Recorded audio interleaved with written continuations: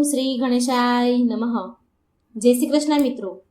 એકાદશીના દિવસે શું ખાવું જોઈએ અને શું ન ખાવું જોઈએ, શું ખાવું વર્જિત છે, તો આ બહુ બધા લોકોને કન્ફ્યુઝન હોય છે કે એકાદશીના દિવસે શું ખવાય શું ન ખવાય। તો એના માટે જ આ સ્પેશિયલ વિડીયો બનાવવામાં આવ્યો છે અને આ વિડીયો શાસ્ત્રો આધારિત વિડીયો છે। તો આ વિડીયો ખૂબ જ મહત્વપૂર્ણ છે, અગત્યનો છે, તો પૂરા અંત સુધી જરૂર જોજો અને વિડીયો સારો લાગે તો લાઈક અને શેર પણ જરૂર કરજો।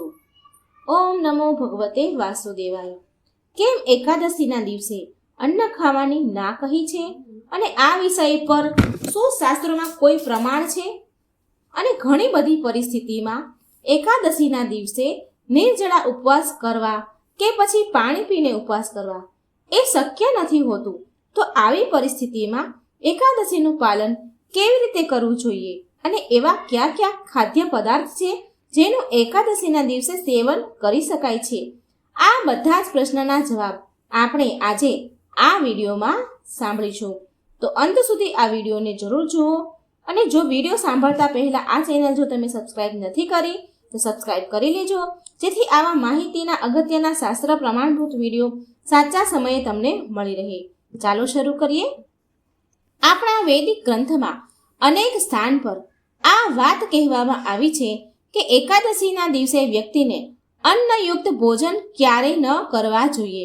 નારદ પુરાણમાં કહેવામાં આવ્યું છે કે યાની કાની ચ પાપાની બ્રહ્મ હત્યા સમાની ચ અન્નમ આશ્રિત્ય તિષ્ઠંતી સંપ્રાયતે હરિવાસરે તાની પાપાની અવાપ્નોતિ ભુંજાનો હરિવાસરે। આનો મતલબ એ છે, અર્થ એ છે કે હરિવાસર એટલે એકાદશી પર બ્રહ્મ હત્યા જેવા સમસ્ત પાપ અન્નમાં સમાઈ જાય છે। એટલે હરિવાસરમાં અન્નયુક્ત ભોજન કરવાથી બધા જ પાપ વ્યક્તિને મળી જાય છે। વિષ્ણુ પુરાણમાં કહેવામાં આવ્યું છે એકાદશ્યામ ન ભુંજતિ કદાચિદ અભિમાનવઃ, એટલે કે મનુષ્યને એકાદશીના દિવસે ક્યારેય ભોજન ગ્રહણ ન જ કરવું જોઈએ। વિષ્ણુ ધર્માંતર ગ્રંથોમાં અહીં સુધી લખ્યું છે કે બ્રહ્મચારી, ગૃહસ્થ, વાનપ્રસ્થાન અથવા યતિ જો કોઈ પણ હોય, એકાદશીમાં ભોજન કરવું એ ગૌ માંસ ભોજન કરવા પર બરાબર છે, ગૌનું માંસ ખાયા બરાબર કહેવાય છે। આ તો માત્ર અમુક સંદર્ભ જ છે જે મેં તમને બતાવ્યા છે। આપણા શાસ્ત્રમાં આ વાતના અનેક સ્થાન પર પ્રમાણ મળે છે, જેમાં એકાદશીની તિથિ પર કોઈ પણ પ્રકારના અન્નનું ભોજન ન કરવું કહ્યું છે। માટે 8 વર્ષની ઉંમરથી લઈને 80 વર્ષની ઉંમર સુધીના બધા જ મનુષ્યને એની ક્ષમતા અનુસાર એકાદશીનું વ્રતનું પાલન જરૂર કરવું જ જોઈએ। હવે જુઓ, એકાદશી ઉપવાસના કેટલાય પ્રકાર છે જે હું તમને જણાવું છું। એકાદશી ઉપવાસનો પહેલો પ્રકાર છે સંપૂર્ણ નિર્જળા ઉપવાસ। જે વ્યક્તિ એકાદશીના દિવસે નિર્જળા ઉપવાસ કરે છે એ સંપૂર્ણ અન્ન જળનો ત્યાગ કરે છે। એકાદશીમાં એ દિવસે એ પાણીનું એક ટીપું પણ નથી પીતા। બીજા પ્રકારનો ઉપવાસ છે સજલ ઉપવાસ, એટલે કે એકાદશીના દિવસે માત્ર જળ પીને ઉપવાસ કરવો, જળ સિવાય બીજું કંઈ ખાવું પીવું નહીં। ત્રીજા પ્રકારનો ઉપવાસ છે સફલ ઉપવાસ। જે વ્યક્તિ આ પ્રકારનો ઉપવાસ કરે છે એ એકાદશીના દિવસે 1 કે 2 વાર જળ કે દૂધ ફળ ખાઈ લઈ શકે છે। જળ, દૂધ કે ફળ। ચોથો ઉપવાસ છે એકાદશી પ્રસાદ યુક્ત ઉપવાસ, એટલે કે એકાદશીના દિવસે જે વસ્તુઓ ખાઈ શકાય છે એનું બનેલું ભોજન ખાઈ શકાય છે। આપણે બધા જાણીએ છીએ કે નિર્જળા અને સજલ ઉપવાસ અત્યંત કઠણ છે અને આ બધા જ માટે બધી જ એકાદશીએ કરવું શક્ય નથી હોતું। માટે મોટા ભાગના લોકો એકાદશીના દિવસે સફલ અને એકાદશી પ્રસાદ યુક્ત પ્રસાદ લઈને ઉપવાસ કરે છે। આ એકાદશી કરવાથી પણ આપને એકાદશીનું સંપૂર્ણ ફળ મળે છે, પણ કોઈ પણ સ્થિતિમાં એકાદશી તિથિમાં કોઈને પણ અન્ન ન ખાવું જોઈએ।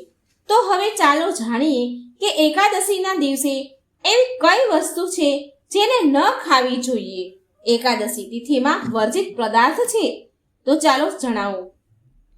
ઘઉં, ચોખા, દલિયા, બધા જ પ્રકારની દાળ, મેંદો, બાજરો, મકાઈ, રાગી, જુવાર, અડદ અને આ પ્રકારના કોઈ પણ અનાજ.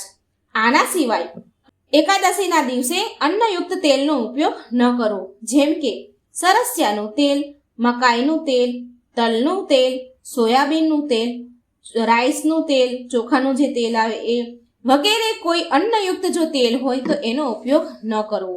માત્ર સિંગ તેલ વપરાય. એકાદશીના દિવસે આ મસાલાનો ઉપયોગ પણ ન કરવો જોઈએ, જે હું તમને જણાવું છું.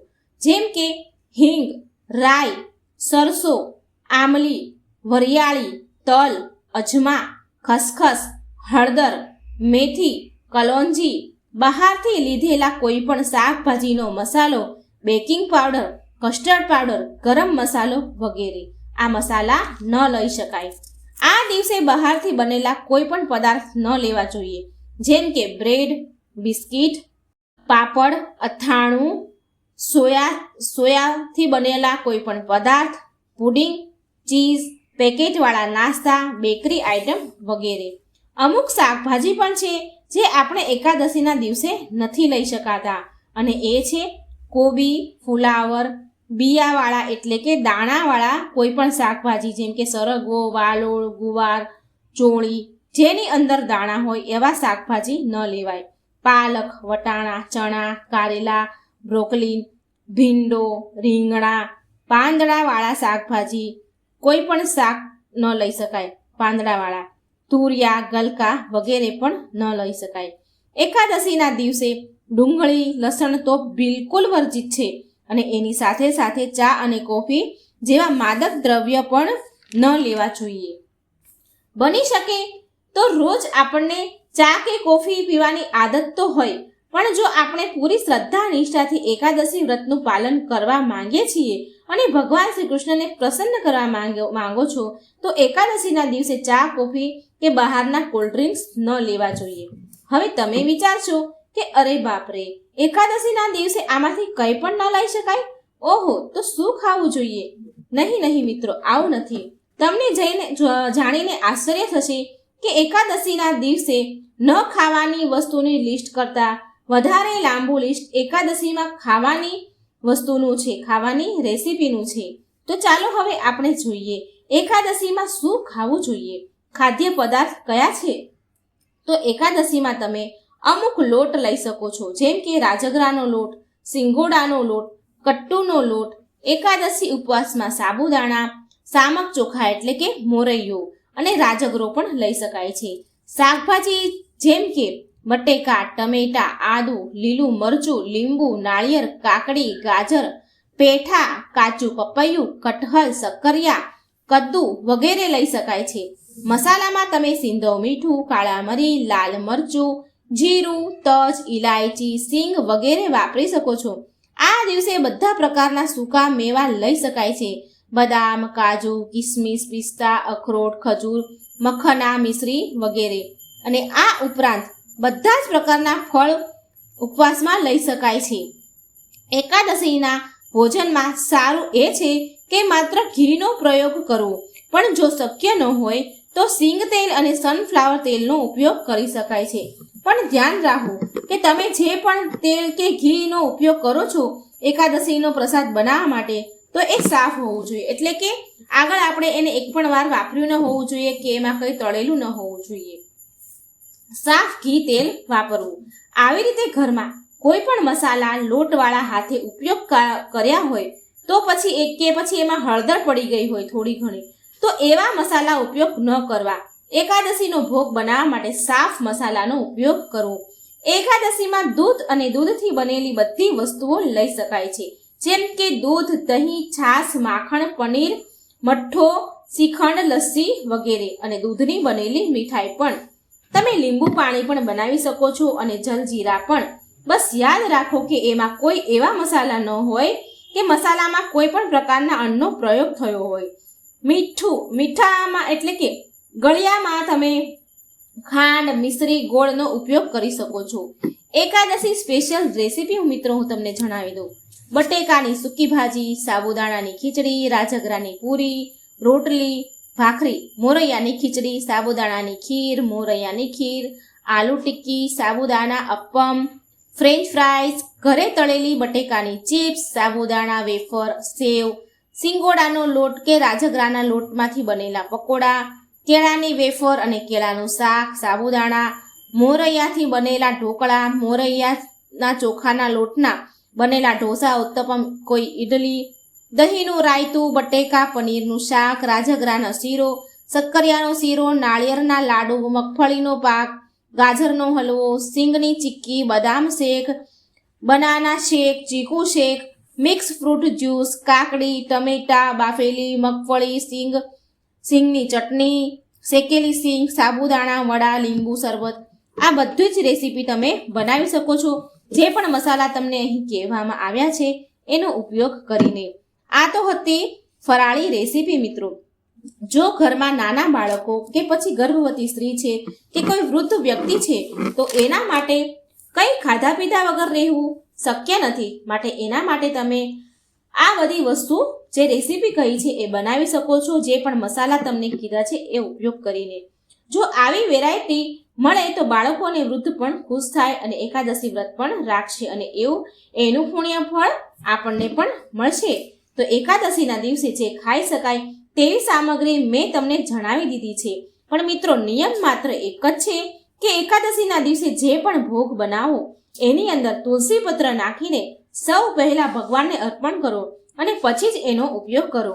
હવે આ વિડીયો પૂરો કરતા પહેલા છેલ્લી અને મહત્વની વાત કે હંમેશા યાદ રાખજો કે જે પણ આપણે કરી રહ્યા છીએ એ એટલા માટે કે આપણે એકાદશીના દિવસે આપણી શારીરિક જરૂરિયાત પૂરી થાય, સ્વસ્થ રહીએ અને વધારેમાં વધારે સમય ભગવાનનું નામ લઈએ. વધારેમાં વધારે સમય આપણું મન અને ઇન્દ્રિયોને નિયંત્રણ રાખીને પરમ ભગવાન શ્રી કૃષ્ણના નામ જપ કરી શકીએ અને તેનું દિવ્ય રૂપ અને લીલાઓનું સ્મરણ કરીએ, ભગવાન ઉપર સ્થિર કરી શકીએ. આ વાત હંમેશા યાદ રાખજો. અને મિત્રો ભગવાનની કથાઓ વાર્તાઓ તમારે સાંભળવી હોય, ભગવાન વિષ્ણુના 24 અવતાર, શ્રી કૃષ્ણ ભગવાનની લીલાઓ, તો તમને મારી યુટ્યુબ ચેનલમાં મળી જશે સાંભળવા. એમાં જઈને તમે સાંભળી શકો છો.